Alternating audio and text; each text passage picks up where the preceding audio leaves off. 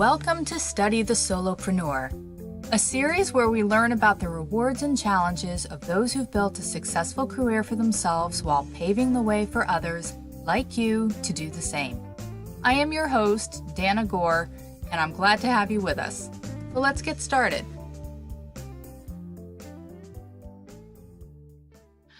Hey guys, welcome to this month's episode of Study the Solopreneur, brought to you by I Am My Imagination. I am your host, Dana Gore, and I am happy that you've decided to join us today. This series is designed to bring messages and discussions of hope, inspiration, and wisdom when it comes to gathering up the courage to become successful in your business, being a solo practitioner, or whatever field you choose. We talk about things like mindset, overcoming obstacles and challenges, and each guest shares their own journey with you guys in an effort to show that if they can do this, so can you. I want to start off by saying how thrilled I am to introduce today's guest, George Schmalstig. George is a solopreneur, a motivational speaker, and the founder and CEO of Filter Youth Group.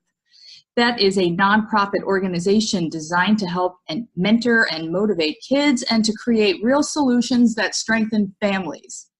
I thought George would be a perfect guest, not just because he's developed a successful career for himself, but because of what he and his organization does to inspire today's youth to develop critical thinking skills and behaviors that help lead them down their own paths of success and personal responsibility. That is what the series is all about. So without further ado, let's get started. Hello, George. We're happy to have you with us today. Thanks, Dana. I appreciate it. Glad to be with you. Excellent. So I want to get right into it because, again, I do find your story very fascinating. Tell us what you did before you got started with Filter and everything you're doing now. Sure, yeah. So to go way back in the Wayback Machine, go back to the late 90s, I was working in a boat factory in Crystal River, Florida, and it was hot, it was stinky, it was just a terrible place to work. I heard from a guy that I knew at my church that there was a position open at the juvenile prison near me and on the night shift, and I thought to myself, you know, if I've got that job, I could sit and watch kids sleep all night in jail. I might actually catnap a little bit myself. They pay about $1 more an hour, and they have air conditioning. So, like, where can I sign up, right? So that's how I ended up in the juvenile justice field. It wasn't really something that I thought about.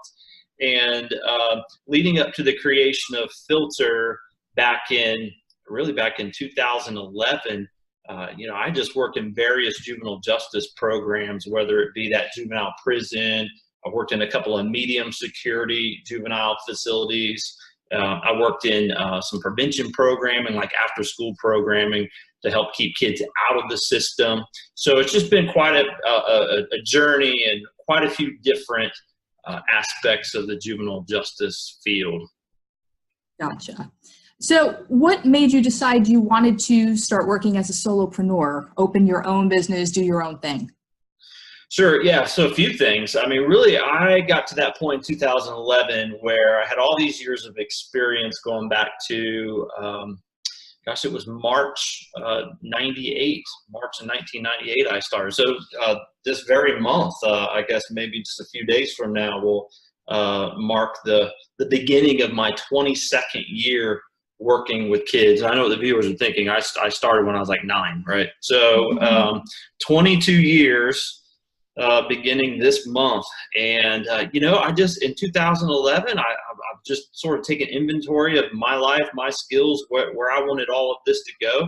And I thought to myself, I really would like to create a delinquency program for kids that would be appealing to them, that would be very helpful to families, and I just really believe I could do that. So I did. Created Filter Development from scratch, built the partnerships that I needed to build with agencies in the community, and just went ahead and made that happen. Some of it is just thinking to myself, I don't want to regret not doing it, because I did sit on the idea about 5 years. In fact, it was in 2006 when I actually created a nonprofit. And by creating the nonprofit, I mean paperwork. And so I sat on that for like 5 years until 2011. I just really felt that burden, that urging that I had to do something. So I did. And that's really big for me, because I am like the consummate perfectionist. And the problem with that, well, let me say the upside of that is I actually got busy. We've got this amazing thing where things are run really, really well. The downside of that is, for me personally as a perfectionist, it's easy for me to just sit and wait until I think I've got everything perfect before I actually do something. And, starting Filter, being that solopreneur in that manner has really taught me, if anything, it's taught me do something. I know it sounds like a hashtag, but do something. Even if it's not perfect, program development, business development, all of that will happen, but you just got to get busy. And so 2000 got busy. Gotcha. I'm glad you brought up Filter, and I can see you're wearing the t-shirt for Filter. That's right. Exactly. What made you decide to start that up? Well, again, I just think that, I looked at the skill set that I had, and I would have to say, along with my passion. And I think that those are two things that you do well to couple those two things. What are you passionate about, and what are you good at? And so I have always been passionate about helping kids stay out of trouble. I really just believe, Dana, that there is, I don't know if maybe there's a prescription. Maybe people would say whether that prescription comes through evolutionary biology or from the divine or whatever, but it seems like there's this prescription whereby, if it's followed, people will generally thrive. And for children, it doesn't take very long to figure out, when you really start getting into their home life and all the series of brokenness that's happened in their lives, why they're not thriving. And I just really have that passion to do something about that, whatever I possibly can. And so I crafted a strategy to really support parents, try to help kids realize that life doesn't have to be crazy. It doesn't have to be chaotic, and you can have fun along the way in positive ways. You can take positive risks in life. And so we really created that strategy to drive that home. And for us, that 3-part strategy involves I call it the 3 M's: mentoring kids, motivating them to make positive behavior changes, and modifying their behavior through relationship building and skill building. And so 2011, we launched that strategy. And I'll say that one of the things that's made us successful since we launched that is that we've not deviated from that at all. And it's something that I've seen in the nonprofit world as well as the for-profit world. People start out with a certain idea, and they're really kind of in their lane. They're in their sweet spot. They're really doing something that they can be successful at, that they personally can do well, but then they start chasing dollars, or they start chasing this idea and that rabbit trail and the other. And then the next thing you know, they're off some path that they shouldn't even be on, and then they're not successful. We started out with a strategy, and we are still implementing that strategy today. In fact, I'm really tired right now because I've just spent the last 24 hours shoring up and submitting a proposal to the Florida Department of Juvenile Justice for finances for our program. And I got to tell you, I've just laid out what we do, and they can either fund that or not. All right, folks, we had to pause the video for a second. It's probably going to look a little bit wonky, and that is because we are dealing with technology snafus today. I love technology, and I kind of hate it at the same time. I love the fact that I get to bring cool people into your life and share their messages with you, and I hate the fact that I can't trust it to work properly all the time. we had left off where George was telling us why he decided to create Filter. So we're going to go ahead and go back over that again. And I'll just kind of warn you in advance if you see a little bit of skipping here and there or a pause. This is to maintain the integrity of the video and the interview. So, George, tell us. How did you? Yeah, look, my new solopreneur goal is to make enough money to afford good internet, apparently, because I really think it's on my end, not yours, Dana. So I did kick my kid off of Xbox though, so that should be helpful. So at any rate, yeah, there's a lot that goes into why I started Filter. Again, take an inventory of what my passion is in life, my sense of purpose that I feel that I have in life, really to help out kids and to really try to help them thrive as much as possible. Because I really do believe there's a prescriptive way that kids end up thriving, and try to make it easy for them to thrive as much as possible. Help out their parents. And, ultimately, I don't want regrets when I'm older and I'm taking inventory of my life. It's a horrible thing to say. Like, no one wants to think about, being on their deathbed and having regrets. But I don't know. I do have a sense that if I didn't start this, and I don't see it through, then I may just have those type of regrets. Yeah, I totally hear you about those regrets, because there are a lot of things that I've started that I know I would have been very upset if I hadn't done it, and actually just done something. You had mentioned that before. I hope it was caught in the video about the just do something.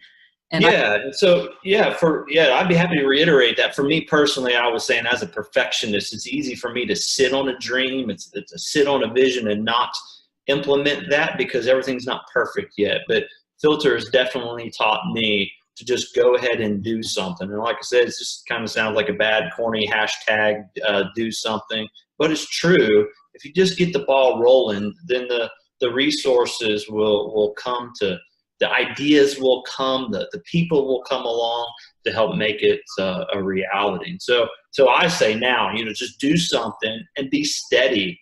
Don't give up.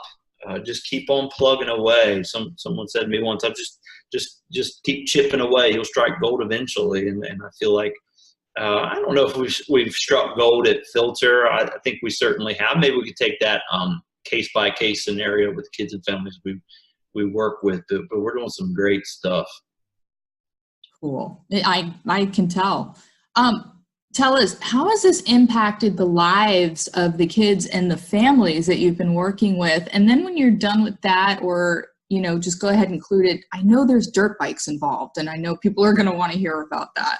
Sure. Yeah. Well, let me get to that now. So our strategy at Filter, I had mentioned before, I hope it's still on there, a 3-part strategy to mentor kids, to modify their behavior by teaching them social skills and problem solving skills, teach them thinking skills, and to motivate their participation in our program as well. It doesn't sound glamorous, right? What kid is going to want to join a delinquency prevention program? I mean, like the definition of lame, right? And so in order to not be lame, we struck up a partnership with the National Youth Project using mini bikes, and that is a Honda supported nonprofit of its own.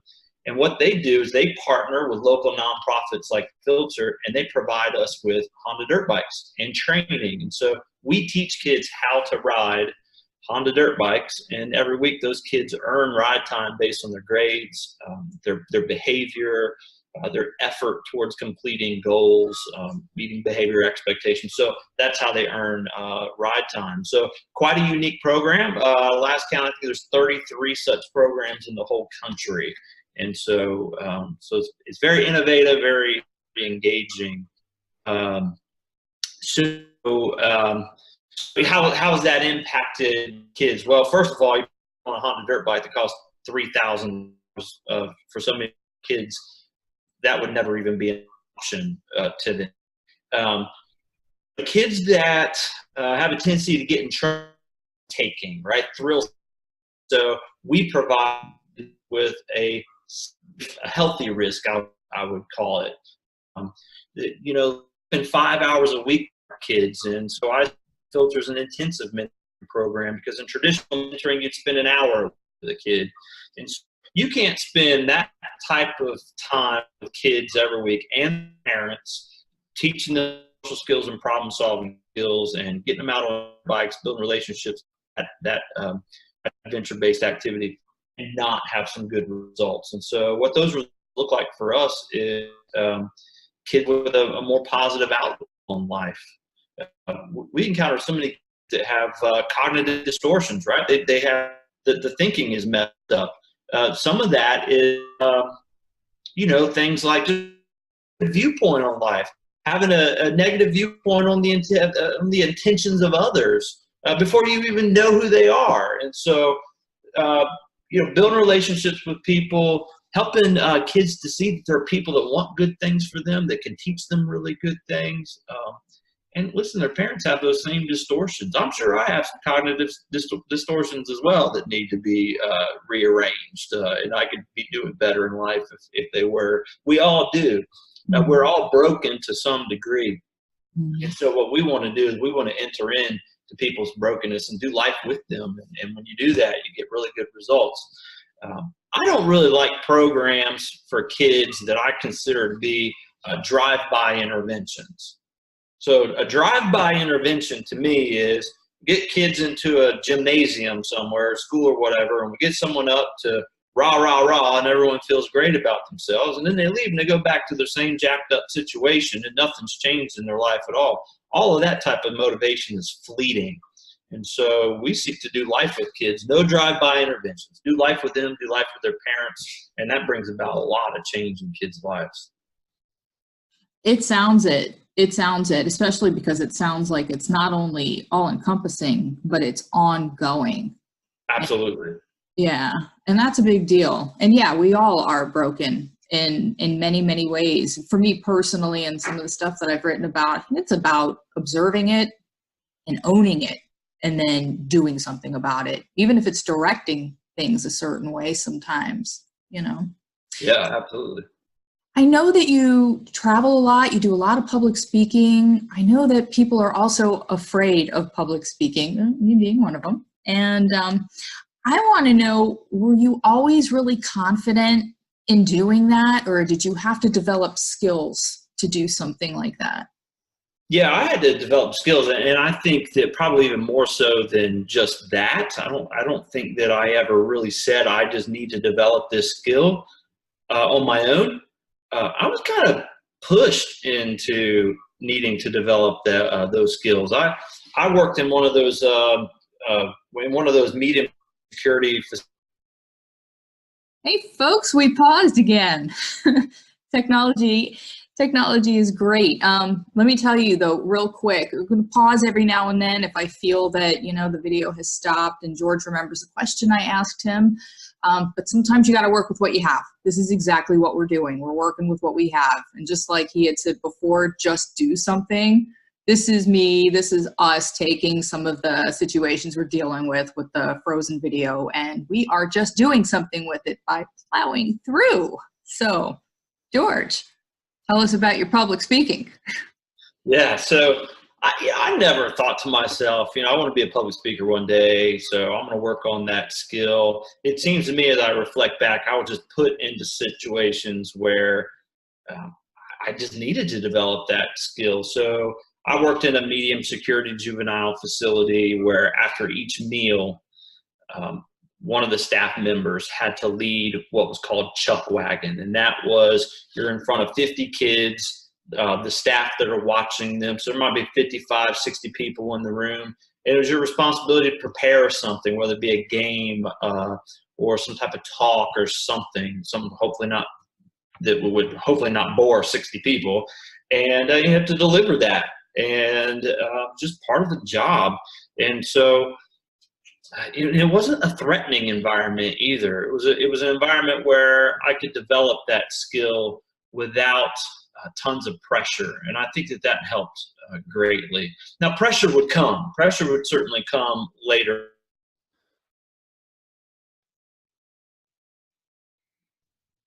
back? So there were instances where I did feel pressure. Pressure certainly came, and one of the main instances was being asked by a supervisor at the Department of Juvenile Justice when I worked there to become a trainer in a particular curriculum that I was pretty good at facilitating to the kids. So, but that would be a whole different thing, right? It's one thing to train kids; it's a whole another thing to train your peers. But it was a great opportunity. Like, I knew it was a great opportunity. Whether I really felt it in my gut, like, oh, that's something I really want to do, is be training people all the time. Am I even capable of doing that? I'm a guy that I remember faking a coughing spell in English class when I was in high school because I was next to read out loud. I didn't even want to be heard. But I went ahead and embraced that challenge, became a trainer, and I had to really work to build some confidence, because here I was, a guy with a bachelor's degree in business and professional leadership, now in a room frequently training people in cognitive behavioral interventions and different types of communication styles to people that had master's degrees and people who had PhDs. But eventually I became very comfortable, and I'd say for two reasons. Number one, the things that I teach and when I speak, I know those topics, and I know them. I'm confident that I know them better than anyone else in the room. I didn't just get handed a PowerPoint. Now, you can tell who really knows what to talk about, who doesn't.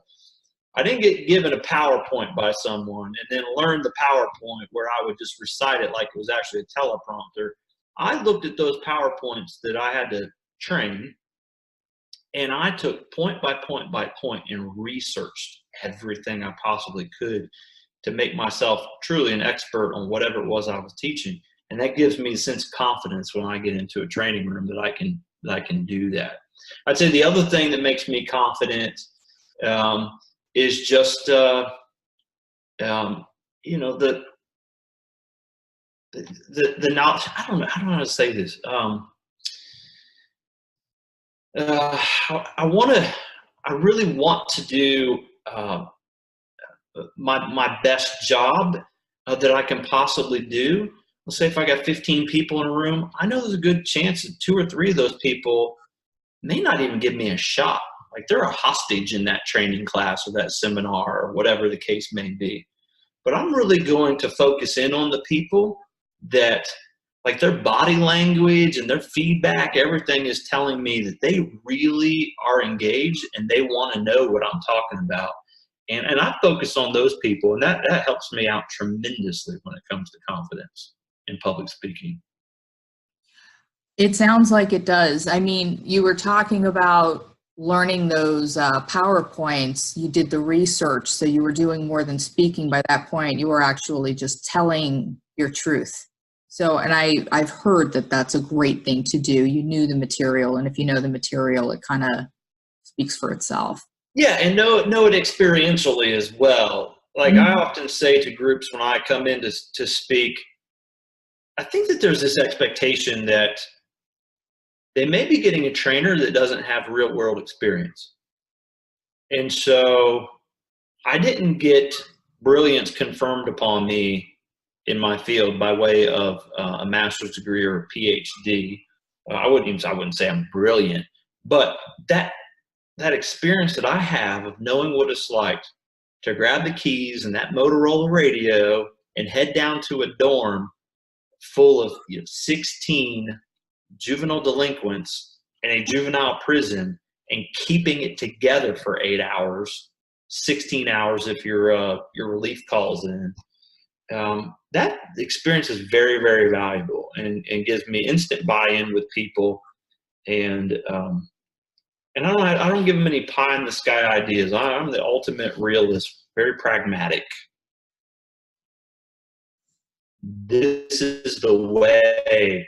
This is the panacea. This is the way that you just help every single person. I know that doesn't exist. And I don't ever want to walk into a training room like I've got the secret for everyone. If they just do what I tell them to do, their juvenile justice career will suddenly be all sunshine and lollipops. That's a hard line of work.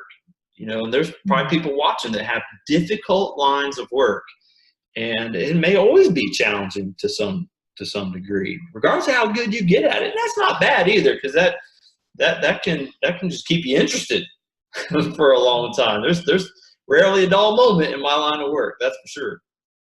I hear you. I want to know, what advice would you give to people who are wanting to start doing anything, whether it's become a solopreneur, whether it's start a nonprofit organization? What advice would you give to people to start living their truth? Well, I would say, I'm going to come back to it again. I'm going to say, do something. Do something. Make sure you do something. It's a horrible thing to just sit around. I told someone recently who has some great ideas. I reminded them that vision without execution is hallucination. Right? I can have the vision all day long, but if I don't do something about it, I'm just really hallucinating is what I'm doing. So you got to do something. And whatever you're doing, I would recommend that it satisfies your passion. Because when tough times come, if you are not satisfying your passion, it'll be way too tempting just to give up. The road of a solopreneur is not easy. I think it's almost sort of like a fad. Everyone wants to call themselves an entrepreneur. That'd be like me saying I'm a professional softball player because my daughter and I go outside and throw in the front yard. No, I'm not a professional softball player. I might play some softball, but I'm not a professional.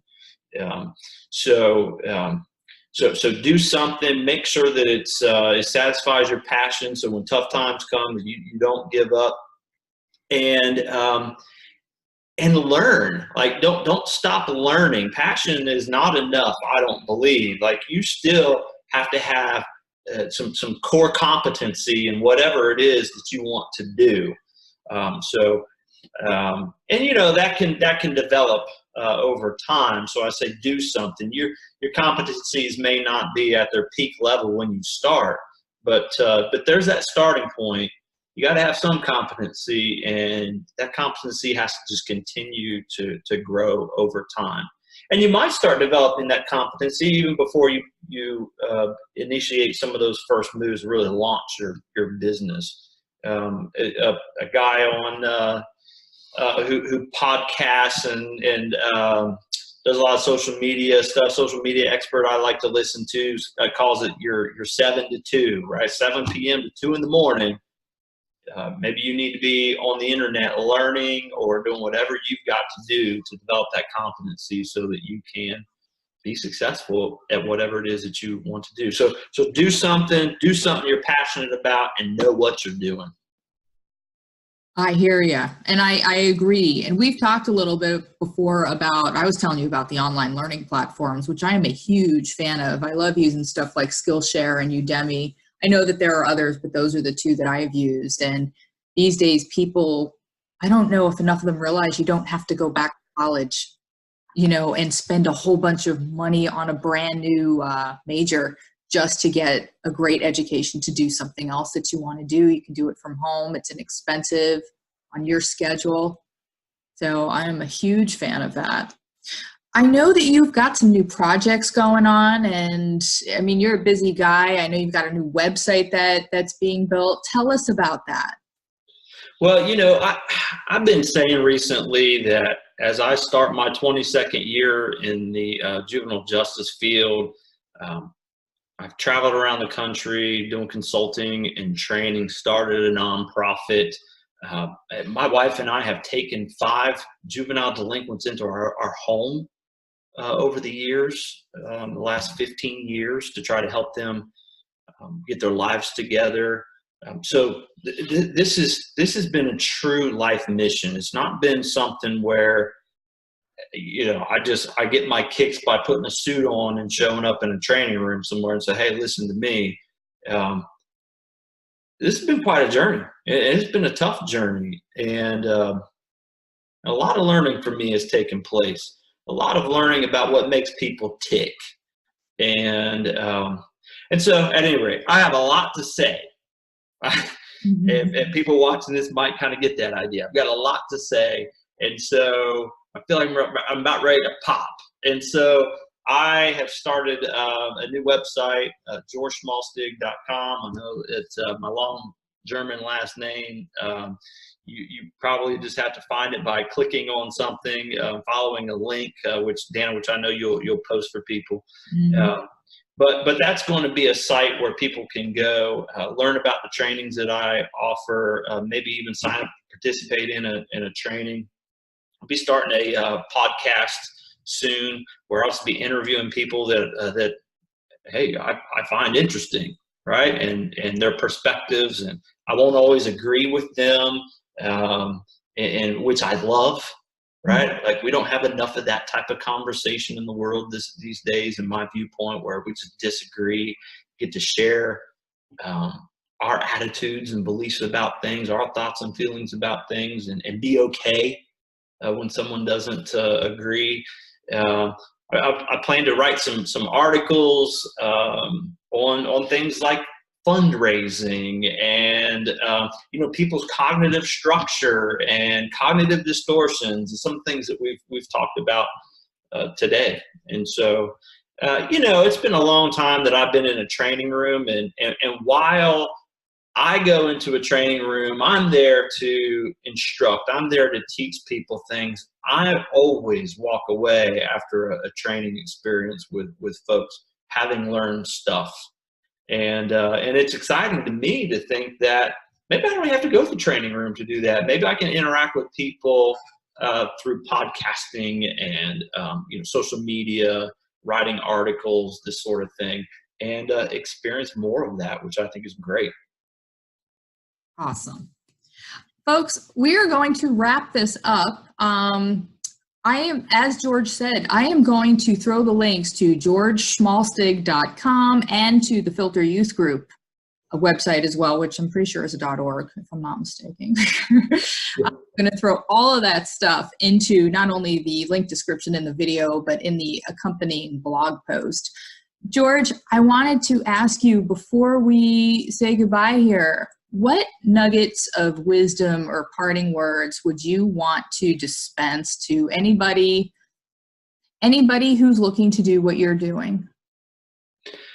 Oh, well, I think in the last 2 weeks, I've potentially talked a couple of people out of starting a nonprofit. And again, I'll just reiterate that for me and what I do, it's very, very challenging, but I can't quit. Right. I just have this burning passion that sometimes I just can't even really clearly articulate it or the reason why, but it's there, and it propels me. And I got to think that most of the people that are watching right now, that they're passionate about something. Like, I know it's a big statement, but what would you just really sacrifice for? What would you really just lay your life down for? And that's not just a nonprofit statement.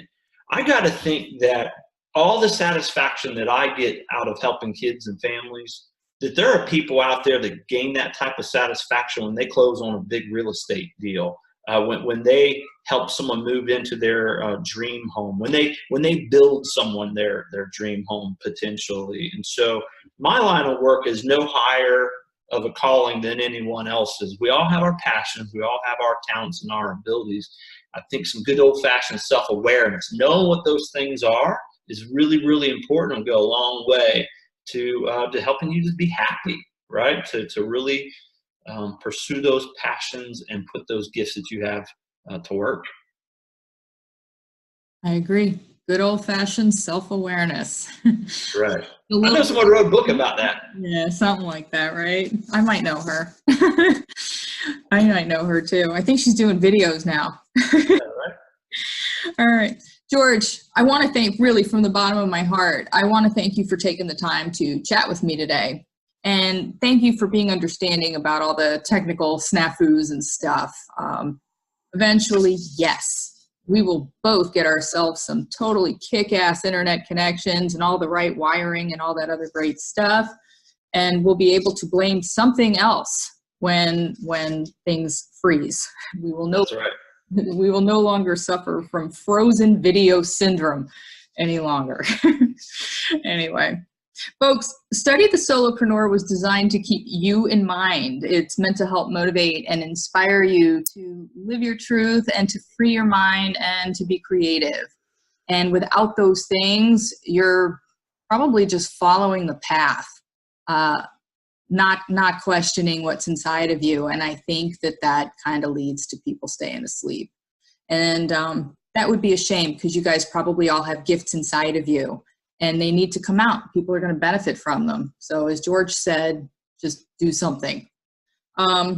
George, again, I want to thank you for being my guest today. It's really been a pleasure. Glad to do it. All right, guys, thank you so much. And all of you, if you enjoyed this discussion, I encourage you to like and share this video with people that you think will be inspired by it. And subscribe to the channel and hit the notification button, because there are going to be more of these coming your way. Guys, have a great day. I wish you a wonderful weekend. And until next time, take care. I am Dana from I Am My Imagination. Bye for now. Thank you for joining us for this episode of Study the Solopreneur. I hope this inspired you to take action to create a rewarding and successful career for yourself, doing work you love. I am your host, Dana Gore, and if you enjoyed this conversation, I invite you to visit my website at IamMyImagination.com. Live your truth, free your mind, be creative. Until next time, take care.